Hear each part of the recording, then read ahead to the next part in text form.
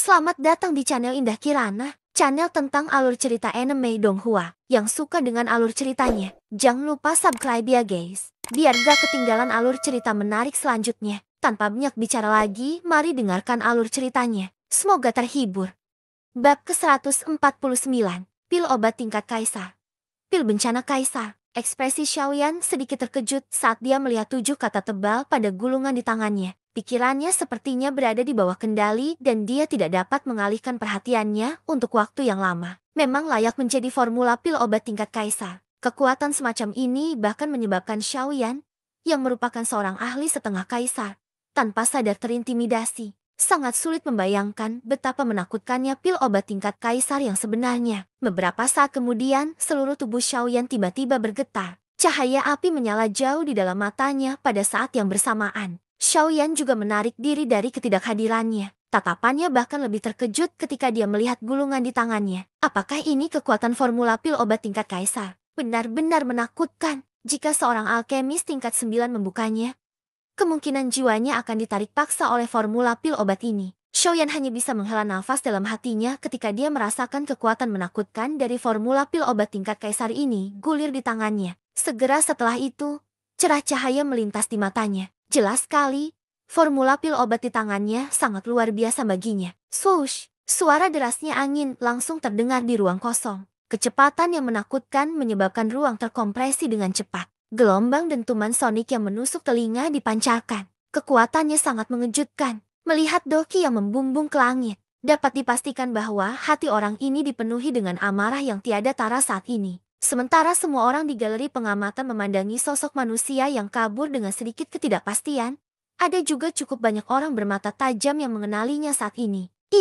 Bukankah ini Wei yang lebih tua? Dari kelihatannya itu, dia ingin mengerahkan seluruh kemampuannya melawan Yan Xiao. Sepertinya akan sangat sulit untuk melanjutkan pertemuan besar alkemis hari ini. Ketika kata-kata ini diucapkan, semua orang di galeri tontonan langsung bereaksi. Meskipun mereka tidak dapat mengenali sosok buram ini, mereka tahu bahwa sosok ini sedang menuju ke arah Xiaoyan ketika mereka melihat ke arah mana dia menyerang.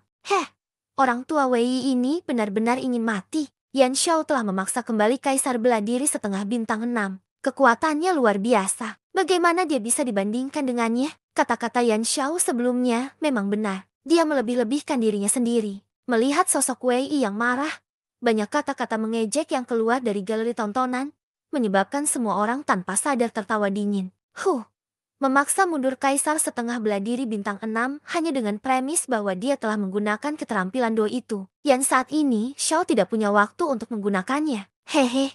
Apakah kalian semua lupa bahwa Yan Xiao sendiri sudah menjadi Kaisar setengah bela diri bintang 3? Mengapa dia perlu menggunakan keterampilan Do yang sangat kuat untuk menghadapi setengah bintang saja Kaisar bela diri? Dalam sekejap, galeri tontonan, yang semula menjadi sunyi karena Xiaoyan, sekali lagi menjadi hidup saat ini. Namun, Xiaoyan dan Wei, yang menjadi fokus diskusi, mengabaikan mereka sama sekali. Yang pertama, tentu saja terlalu malas untuk membuktikan apapun. Hal-hal itu hanyalah hal-hal duniawi. Kesombongan tidak memiliki ketertarikan sedikit pun pada Xiaoyan. Sedangkan untuk Wei, kemarahan muncul di dalam hatinya saat ini. Dengan kekuatannya, kata-kata yang keluar dari mulut orang-orang itu secara alami didengar olehnya. Namun, semakin dia mendengarnya, dia menjadi semakin marah. Ini karena sebagian besar dari kata-kata ini dipenuhi dengan penghinaan dan ejekan terhadapnya. Dengan cara ini, kemarahan di hati Wei menjadi semakin tak terkendali. Pada saat ini, satu-satunya pikiran di hatinya adalah menjatuhkan Xiaoyan. Kesenjangan kekuatan antara dia dan Xiaoyan telah terlempar melampaui 9 langit olehnya. Tiba-tiba, tubuh Wei, yang menyerang secara eksplosif ke arah Xiaoyan, tiba-tiba bergetar. Kecepatan pengisian ke depan sekali lagi melonjak. Kecepatan yang menakutkan menyebabkan angin kencang di sekelilingnya menjadi setajam senjata ekstrem. Guntur seperti dentuman sonik berulang kali terdengar. Aura menakutkan dari setengah Kaisar Bela Diri langsung mendatangkan malapetaka di seluruh alun-alun yang kosong, menyebabkan ekspresi cukup banyak orang yang hadir berubah drastis pada saat ini. Jika Guli tidak bertindak dalam sekejap dan melindungi seluruh alun-alun, itu akan terjadi. Kemungkinan besar setidaknya setengah dari orang-orang ini akan langsung dihancurkan sampai mati oleh aura ini.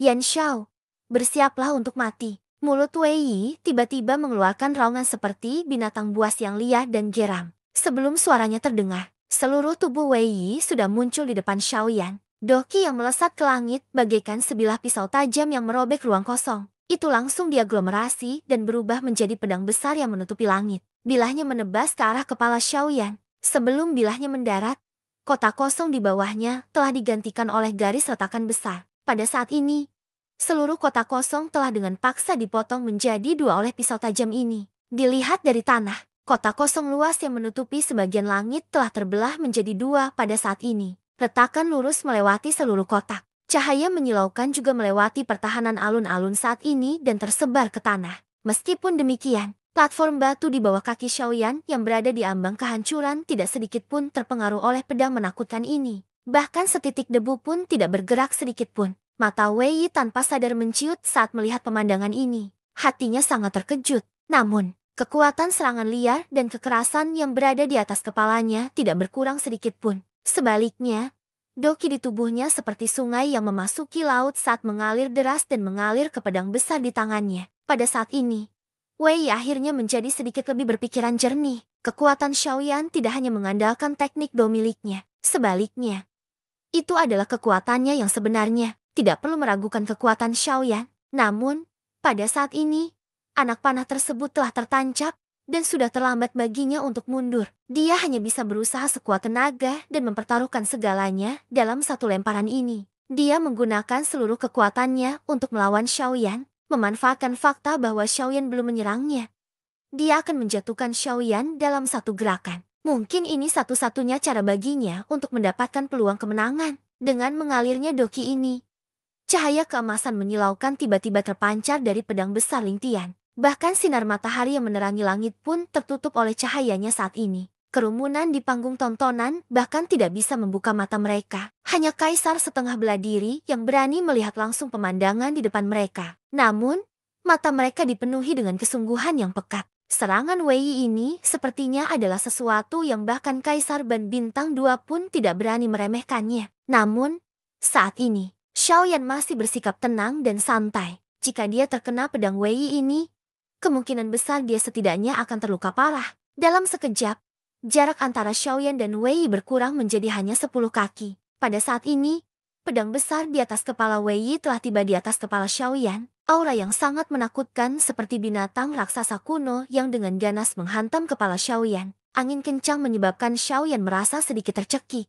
Alisnya juga sedikit menyatu karena ini. Perasaan mendekati kematian ini bukanlah perasaan yang baik. Namun, harus dikatakan bahwa hanya perasaan seperti ini yang benar-benar akan merangsangnya dan menyebabkan hatinya terbakar habis. Hah, Yan Xiao, bersiaplah untuk mati. Hahaha, ingat.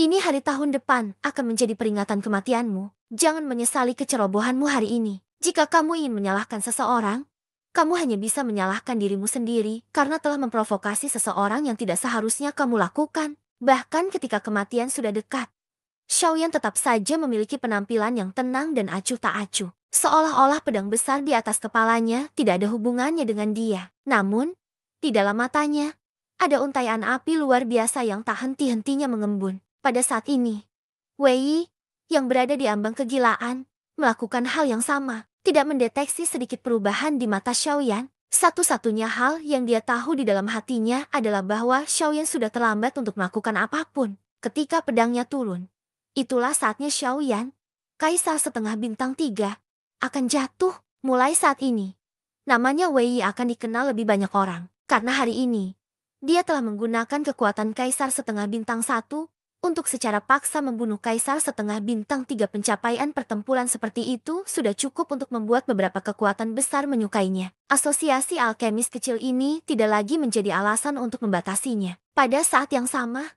di platform tontonan, Guli dan Kailin sudah melakukan persiapan yang cukup.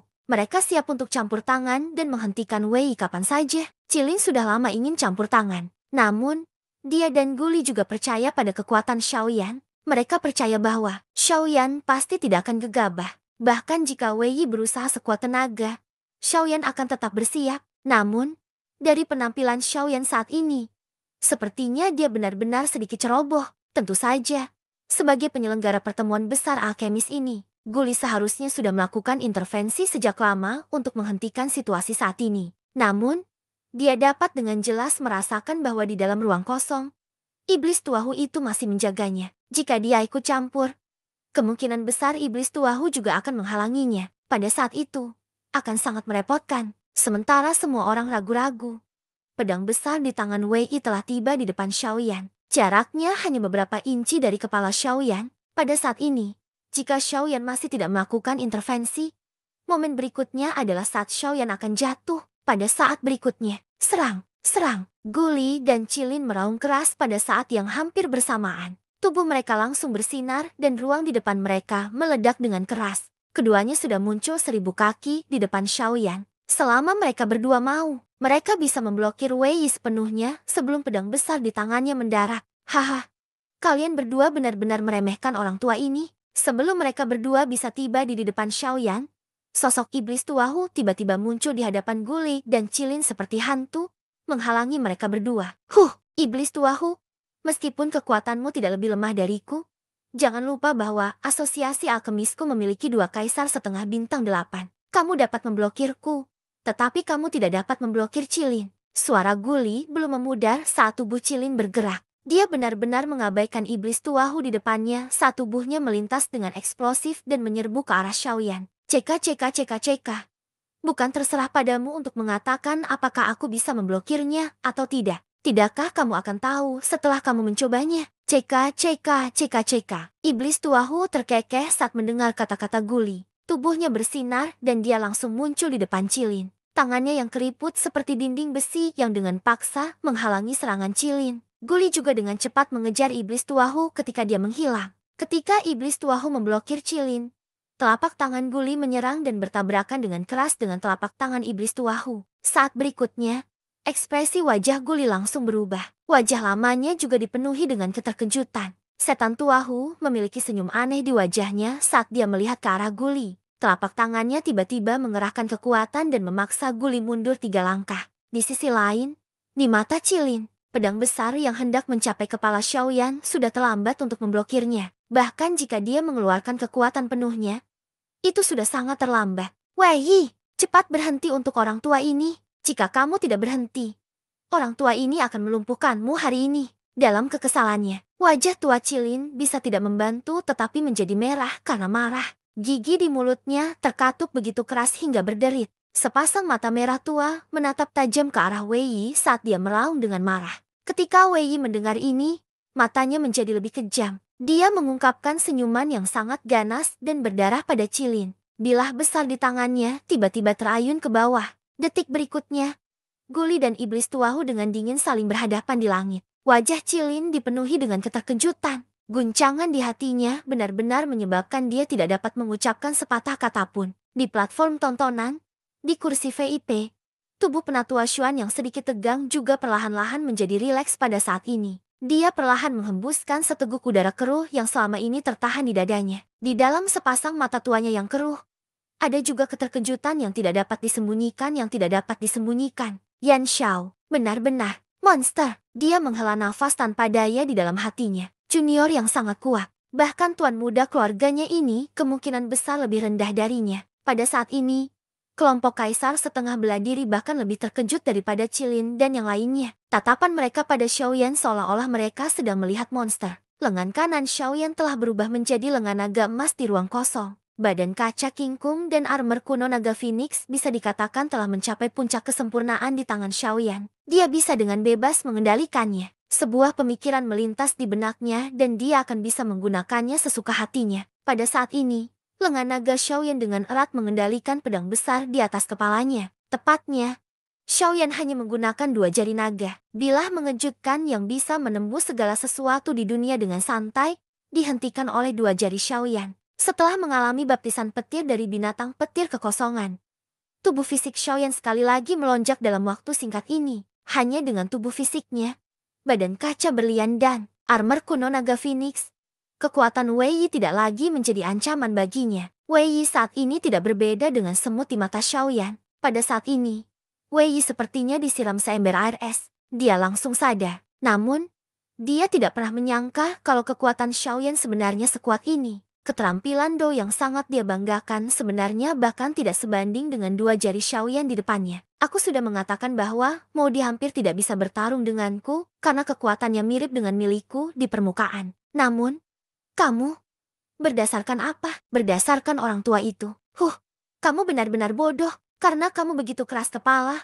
Aku tidak keberatan menyingkirkan momok untuk asosiasi alkemis terdengar. Wei ekspresi tiba-tiba berubah pucat. Dia dengan kuat menahan rasa takut di dalam hatinya dan berteriak pada Xiaoyan.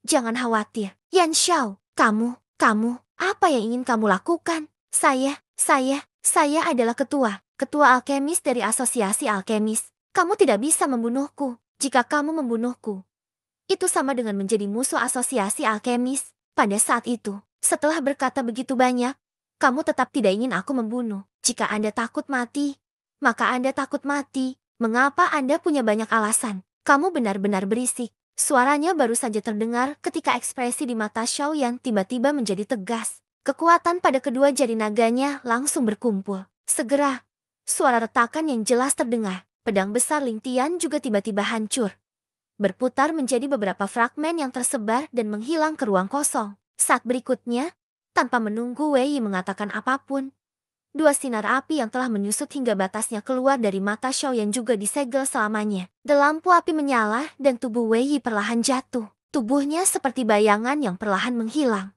Hanya orang yang sangat kuat yang tahu bahwa dia tidak menghilang. Sebaliknya, dia benar-benar terbakar oleh api surgawi. Tubuhnya hanyalah cangkang ketiadaan. Bab ke-150. Di langit yang jauh, alun-alun kosong yang menutupi langit seperti awan hitam telah digantikan oleh retakan lebar. Seolah-olah awan telah disingkirkan untuk menampakkan matahari. Namun, semua orang tahu persis kekuatan menakutkan apa yang terkandung di dalam celah itu. Pada saat ini, Guli dan Orfriku sedang berdiri berhadapan di alun-alun kosong. Mata mereka dipenuhi dengan kepekatan. Mata tua Guli yang keruh menatap tajam ke arah si tua Anehu di hadapannya. Matanya hampir terpejam saat dia mengamati Orfriku. Di kedalaman matanya ada ekspresi serius yang tidak bisa dihilangkan. Tidak peduli apa, dia tidak pernah membayangkan bahwa si tua Anehu, yang kekuatannya sedikit lebih rendah darinya sebulan yang lalu, akan menjadi lebih kuat darinya setelah sebulan. Dari segi kekuatan saja, Orfriku telah melampauinya secara keseluruhan. CK. Si tua aneh Guli, bagaimana? Apakah aku yang sekarang masih bisa menghentikan kalian berdua? Ketika si tua Anehu melihat ekspresi bingung di wajah Guli, senyuman dingin muncul di wajah tua kuning tua yang layu itu.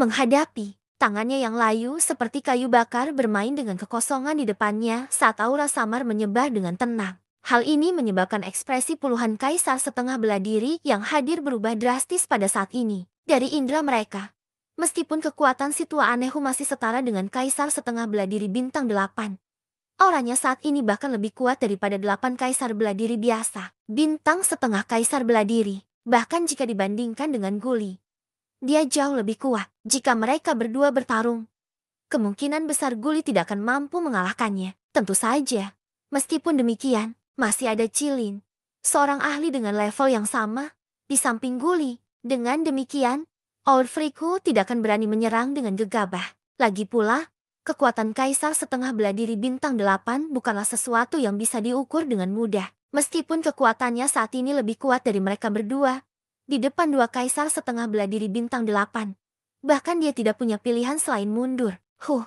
Aku benar-benar tidak berharap bahwa kamu akan dapat dengan paksa menerobos ke kaisar bela diri setengah bintang 8 yang maju dalam waktu 1 bulan. Namun, bahkan jika kamu dengan paksa menerobos sekarang, kemungkinan besar kamu tidak akan bisa menerobos lagi di masa depan. Senyuman dingin muncul di mata Guli ketika dia merasakan aura dari tubuh si tua Anehu. Ekspresi matanya menjadi lebih menyeramkan saat dia mencibir. Setelah mencapai tingkat setengah kaisar, pemahaman dunia tentang kekuatan menjadi lebih tepat. Lagi pula, ahli setengah kaisar terlalu kuat. Bahkan seluruh dunia mengalami kesulitan untuk menekan mereka. Semakin sering hal ini terjadi, semakin sulit bagi kaisar setengah bela diri untuk meningkatkan kekuatannya. Jika kaisar setengah bela diri biasa ingin meningkatkan kekuatannya sebanyak 1 bintang, kemungkinan besar dia harus mengasingkan diri selama 100 tahun. Bahkan setelah keluar dari pengasingan selama 100 tahun, kekuatan tubuh seseorang mungkin tidak meningkat. Ini tidak bohong. Ada banyak contoh orang yang tidak mampu membuat terobosan setelah mengasingkan diri selama 100 tahun. Dengan demikian, Bisa dibayangkan betapa sulitnya meningkatkan kekuatan ahli setengah kaisar. Oleh karena itu, pembagian kekuatan yang diperlukan secara diam-diam tersebar ke seluruh benua. Di atas alam setengah kaisar bela diri, setiap alam kecil dibagi menjadi tahap awal, tahap tengah, tahap akhir, dan tahap puncak. Pembagian ini memungkinkan orang-orang di dunia untuk memiliki pemahaman baru tentang kekuatan mereka sendiri. Pada saat yang sama, keinginan mereka akan kekuatan tersulut sekali lagi. 4 divisi kekuatan. Seolah-olah para ahli dengan tingkat kultivasi yang sama secara paksa dibagi menjadi 3 kelompok berbeda. Meskipun mereka berdua adalah kaisar setengah bela diri bintang 8. Guli, kaisar setengah bela diri bintang 8, masih tidak mampu melawan bintang 8 yang terlambat. Setengah kaisar bela diri. Dari sini, seseorang dapat memahami mengapa Guli merasakan ekspresi yang begitu serius di dalam hatinya setelah merasakan aura situa Anehu. Untuk dapat membuat kaisar setengah bela diri bintang pertengahan 8 merasa sedih, kekuatan situa Anehu kemungkinan besar setidaknya sebesar kaisar setengah bela diri bintang 8 yang terlambat. Situa Anehu hanya tersenyum tanpa komitmen saat mendengar cibiran Guli. Ekspresi mengejek melintas di matanya, menerobos secara paksa. Ini adalah sesuatu yang belum pernah dia sebutkan sebelumnya. Alasan mengapa dia bersedia bertarung untuk Wei hari ini adalah karena kekuatannya meningkat dalam sebulan terakhir. Dengan dampak kuat dari 3 pelet obat tingkat kaisar, kekuatannya akhirnya meningkat sekali lagi. Pada akhirnya, dia berhasil menembus level kaisar setengah bela diri bintang 8. Meskipun kekuatannya masih belum stabil dalam waktu singkat, itu lebih dari cukup untuk memblokir Guli dan Ulfriku. Haha, Guli. Lelaki tua ini percaya bahwa kamu harus berhenti mengkhawatirkan lelaki tua ini. Saya khawatir alkemis tingkat tinggi baru dari persekutuan alkemis Anda telah terbunuh oleh serangan habis-habisan Wei. Haha, sekelompok pemarah yang sombong. Mereka berpikir bahwa mereka dapat bertindak tanpa hambatan hanya karena mereka memiliki kekuatan. Mereka benar-benar tidak mengetahui besarnya langit dan bumi. Akhir hari ini bisa dianggap sebagai peringatan untuk kehidupan mereka selanjutnya. Saat Guli sedang menatap Situa Anehu dengan ekspresi sedingin es, Situa Anehu tertawa terbahak-bahak. Dia dengan lembut mengelus janggutnya dengan satu tangan sambil menatap Guli dengan senyuman di wajahnya. Seolah-olah dia sedang menunggu untuk melihat ekspresi marah Guli. Mendengar kata-kata ini, ekspresi Guli berubah sekali lagi telah melupakan masalah Xiaoyan. Pada saat ini, ketika dia berbalik, ekspresi wajahnya segera berubah menjadi kecemasan. Hal pertama yang menarik perhatiannya adalah sosok Cilin yang berdiri kosong di udara. Melihat ini, hati Guli sangat terkejut. Jika sesuatu terjadi pada Xiaoyan dan Wei Yi menggunakan seluruh kekuatannya, bukankah persatuan alkemisnya akan menderita kerugian ganda hari ini? Dia tidak hanya kehilangan persatuan alkemis yang telah dia kelola dengan hati-hati sejak lama. Dia juga kehilangan seorang alkemis jenius yang memiliki lebih banyak prospek untuk dikembangkan. Setelah masalah ini, Guli kemungkinan besar akan merobek tubuh Wei Yi menjadi 10.000 keping dan menggiling tulangnya menjadi debu untuk melampiaskan kebencian di hatinya. Detik berikutnya, saat mata merah Guli menoleh, sosok seorang pria yang tidak terlalu kokoh perlahan terpantul di mata Guli. Dia mengenakan jubah hitam, memiliki sosok tinggi dan lurus, serta wajah halus dan tampan. Dia acuh tak acuh saat dia berdiri di sana. Di matanya ada ketidakpedulian dan penghinaan. Jika orang itu bukan Xiaoyan, siapa lagi yang bisa melakukannya? Melihat pemandangan ini, mata Guli tampak kabur karena usianya yang sudah tua. Warna merah di matanya dengan cepat surut seperti air pasang. Dia dengan lembut menggelengkan kepalanya dan kemudian menoleh lagi. Detik berikutnya, mata Guli tiba-tiba melebar. Matanya dipenuhi rasa tidak percaya. Dalam hatinya, dia merasa sangat terkejut karena pemandangan di depan matanya. Setelah Situa Anehu melihat ekspresi terkejut Guli, dia tidak bisa menahan diri untuk tidak mengangkat alisnya. Dengan pemahamannya tentang Guli, ekspresi wajah Guli saat ini menyebabkan dia merasa sedikit curiga. Ketika Ulfriku berbalik untuk melihat, hanya dalam sekejap, Ulfriku, ahli kaisar bela diri setengah bintang 8 tahap akhir, memiliki ekspresi yang sama dengan kaisar setengah bela diri lainnya di panggung tontonan. Ekspresinya segera menjadi luar biasa. Guli melihat bahwa Xiaoyan benar-benar tidak takut menghadapi pedang besar yang menjulang di atas langit. Dia hanya mengulurkan 2 jari dan dengan kuat menjepit pedang besar yang menakutkan itu. Ini mungkin sangat mengejutkan. Serangan habis-habisan kaisar setengah bela diri bintang 1 sebenarnya begitu mudah diatasi oleh Xiaoyan. Jika berita ini tersebar, kemungkinan besar akan menimbulkan keributan yang cukup besar di wilayah barat daya benua. Meskipun Kaisar Setengah Bela Diri Bintang 1 tidak bisa dianggap sebagai ahli mutlak di wilayah barat daya, dia masih merupakan ahli tertinggi yang benar-benar berdiri di puncak piramida. Namun, Kaisar Setengah Bela Diri Bintang 1 sebenarnya tidak mampu menahan satu pukulan pun dari Xiaoyan, Kaisar Setengah Bela Diri Bintang 3. Meskipun Xiaoyan adalah ban di Bintang 3 dan lebih kuat dari Wei Yi dalam hal kekuatan, kemungkinan bahkan ban di Bintang 2 pun akan kesulitan memblokir pedang Wei Yi ini. Namun, pedang ini, yang dipenuhi aura perkasa, telah dipatahkan oleh Xiaoyan menggunakan dua jari. Teknik semacam ini bisa dibilang mengejutkan. Di langit, lengan naga Xiaoyan perlahan menghilang. Sebuah lengan yang seputih dan sehalus kulit bayi perlahan muncul di bawah sinar matahari. Lengannya dengan santai diletakkan di belakang punggung dan sepasang mata jernihnya perlahan tertutup. Sepertinya dia sedang mencari sesuatu. Pada saat yang sama, energi tak terlihat juga memperbaiki lengan Xiaoyan yang menghilang pada saat yang sama ketika lengan Xiaoyan diletakkan di belakang punggungnya. Tiba-tiba, angin sejuk bertiup ke arahnya, menyebabkan jubah Xiaoyan tanpa sadar berkibar tertiup angin, membuat suara gemerisik.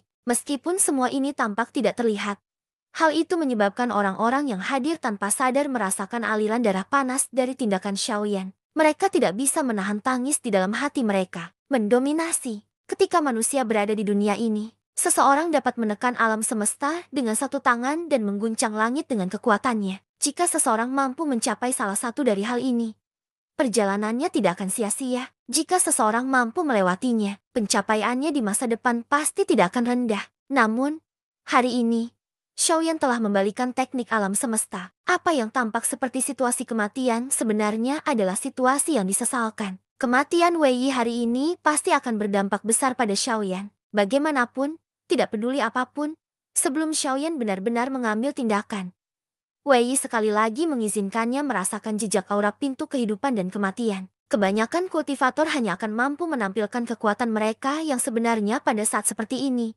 menstimulasi potensi mengerikan yang tersembunyi di dalam tubuh mereka. Pada saat yang sama, hal itu juga akan membuat kekuatan mereka secara keseluruhan meningkat selangkah lebih maju, memungkinkan mereka membalikan hidup dan mati dan menemukan cara untuk bertahan hidup. Meskipun aura itu sangat samar dan bahkan Xiaoyan hampir tidak dapat menangkapnya, untungnya, meskipun tidak memberikan efek yang besar, Xiaoyan masih merasakan sedikit jantung berdebar di lubuk hatinya. Ini sudah cukup bagi Xiaoyan. Saat dia mengingat perasaan aneh yang sudah terlintas di lubuk hatinya, hati Xiaoyan luar biasa tenang. Sedemikian rupa sehingga segala sesuatu di dunia luar telah terlupakan. Seluruh orangnya sepertinya ada di dunia lain. Setelah beberapa saat, mata Xiaoyan yang tertutup rapat akhirnya perlahan terbuka. Sepasang mata yang lebih cerah perlahan menyapu sekeliling.